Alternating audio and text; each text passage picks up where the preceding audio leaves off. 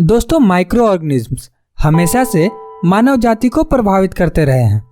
सन 1633 में small pox यानी चेचक के चलते अमेरिका के कुल आबादी का लगभग 70% लोग मारे गए और पूरी दुनिया में अब तक लगभग 500 मिलियन लोगों की मौत हो चुकी है। इस बीमारी का कारण वेरोला वायरस है। सन 1793 में येलो फीवर वायरस के कारण लगभग 5000 लोगों की मौत हुई। कॉलेरा एक ऐसी जानलेवा बीमारी जो लगभग 1,30,000 लोगों की प्रतिवर्ष मौत का कारण बना है। यह बीमारी भी वाइब्रो कॉलेरा बैक्टीरिया से फैलता है। सन 1918 में हुई स्पेनिश फ्लू नाम की महामारी ने लगभग 5 करोड़ लोगों की जान ली। इस बीमारी का कारण H1N1 इन्फ्लुएंजा वायरस था। इतना ही नहीं बल्कि पोलियो, टाइफाइड, HIV एड्स और अब कोविड-19 जैसी जानलेवा बीमारियों का कारण भी वायरस ही है। ऐसे में आपके दिमाग में यह ख्याल तो जरूर ही आया होगा कि क्यों ना दुनिया से सारे सूक्ष्म जीवों को यानी माइक्रोब्स को मिटा दिया जाए। दोस्तों, आज के इस वीडियो में हम बात करने वाले हैं कि क्या होगा यदि पूरी दुनिया से हम माइक्रो ऑर्गेनिजम्स को मिटा दें। तो दोस्तों, वीडियो शुरू करने से पहले हमारा आपसे रिक्वेस्ट है कि हमारे चैनल क्यूरियस बंदा को सब्सक्राइब कर बेल आइकन जरूर दबा दें ताकि हमारे वीडियोज के लेटेस्ट अपडेट्स आपको मिलते रहें। दोस्तों, हमारे चारों ओर अनगिनत माइक्रोब्स हैं। यदि हम अपने बॉडी की बात करें तो हमारा बॉडी लगभग 10 ट्रिलियन ह्यूमन सेल्स से मिलकर बना हुआ है, जबकि हमारे बॉडी के अंदर और बाहर के स्किन पर लगभग 100 ट्रिलियन से भी ज़्यादा माइक्रोब्स रहते हैं। यानी संख्यात्मक रूप से हम ह्यूमन कम और माइक्रोब्स ज़्यादा हैं। चलिए कुछ समय के लिए मान लेते हैं कि हमने धरती से सारे माइक्रोब्स को मिटा दिया। अब माइक्रोब्स की अनुपस्थिति में कुछ अच्छी बातें भी होंगी। जी हाँ दोस्तों, खांसी, जुकाम, बुखार, कॉलेरा, इबोला, HIV और पोलियो जैसी खतरनाक बीमारियां अब हमारे बीच नहीं रहेंगे। खाना और सब्जियां खराब नहीं होंगे जिससे कि हम उनका उपयोग महीनों तक कर सकते हैं। और दोस्तों, आपको तो पता ही होगा कि हमारे शरीर के दुर्गंध पसीने के चलते नहीं बल्कि पसीने में मौजूद बैक्टीरिया के चलते होता है। इसलिए अब शायद हमें डिओड्रेंट पे पैसे भी खर्च नहीं करने पड़ेंगे और सांसों की दुर्गंध से भी छुटकारा मिल जाएगा।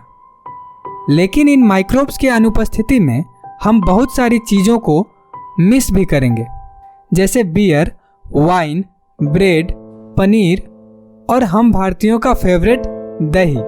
जी हाँ दोस्तों, यह बात तो शायद आपको पता ही होगा कि दही लैक्टोबैसिलस बैक्टीरिया के बिना जमाना संभव ही नहीं है।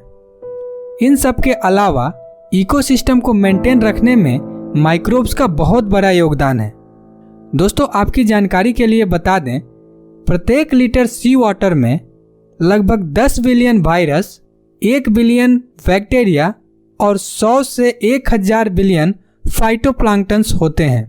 दोस्तों, यह बात तो आपको पता ही होगा कि पेड़ पौधे से हमें ऑक्सीजन मिलता है, पर यह बात जानकर आपको हैरानी भी होगी कि हमारे वातावरण में मौजूद कुल ऑक्सीजन का 50% समुद्र में मौजूद इन फाइटोप्लैंक्टन्स के जरिए ही तैयार होता है। माइक्रो ऑर्गेनिज्म को नेचुरल डीकम्पोजर भी कहा जाता है।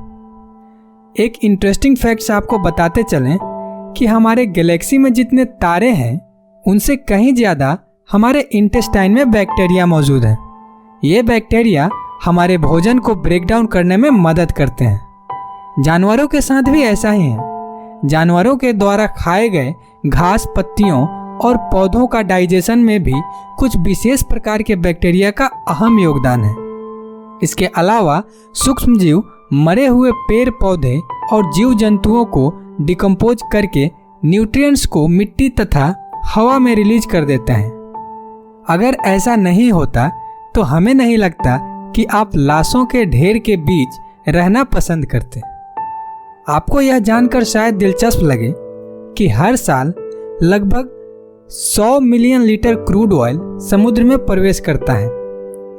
महज साल भर में ही इतना क्रूड ऑयल समुद्र के ऊपरी सतह के ऊपर एक पतली परत बनाने के लिए पर्याप्त है। जरा सोचिए कि 10 साल या फिर 100 साल के बाद समुद्र का क्या हाल हो सकता था।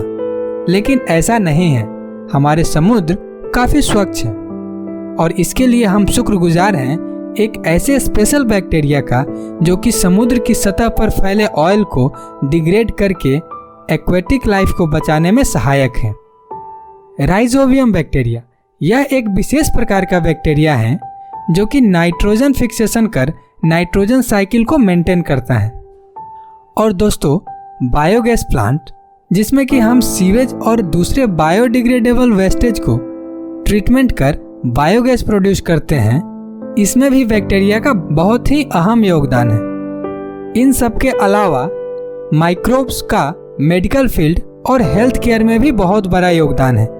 कुछ बैक्टीरिया एंटीबायोटिक बनाने के काम में आते हैं, जैसे पेनिसिलिन, स्ट्रेप्टोमाइसिन, टेरामाइसिन इत्यादि। कई वायरस ऐसे भी हैं जिनका प्रयोग कर हम कई खतरनाक बीमारी जैसे स्मॉल पॉक्स और पोलियो का वैक्सीन बनाने में भी सफल हुए हैं। दोस्तों, अब तक तो आपको पता चल ही चुका होगा कि माइक्रो ऑर्गेनिज्म यानी सूक्ष्मजीव हमारे लिए अभिशाप कम और वरदान ज़्यादा है। चूँकि हम इंसान इस इकोसिस्टम का सबसे उन्नत जीव हैं, इसलिए हम यह ना समझें कि हम इस इकोसिस्टम को अपने स्वार्थ के अनुसार जैसे चाहें वैसे यूज कर सकते हैं। जरूरी यह है कि इस सिस्टम में एक बैलेंस बनाकर रखा जाए। यदि हम ऐसा नहीं करेंगे तो प्रकृति को ही सामने आना पड़ेगा। कोरोना वायरस के चलते हो रही महामारी भी शायद इसी का परिणाम है। हम उम्मीद करते हैं कि यह वीडियो आपको बहुत ही पसंद आया होगा। यदि ऐसा है तो प्लीज़ लाइक, शेयर और कमेंट करें। अपने कीमती वक्त का चंद घड़ियां हमें देने के लिए आपका बहुत बहुत धन्यवाद।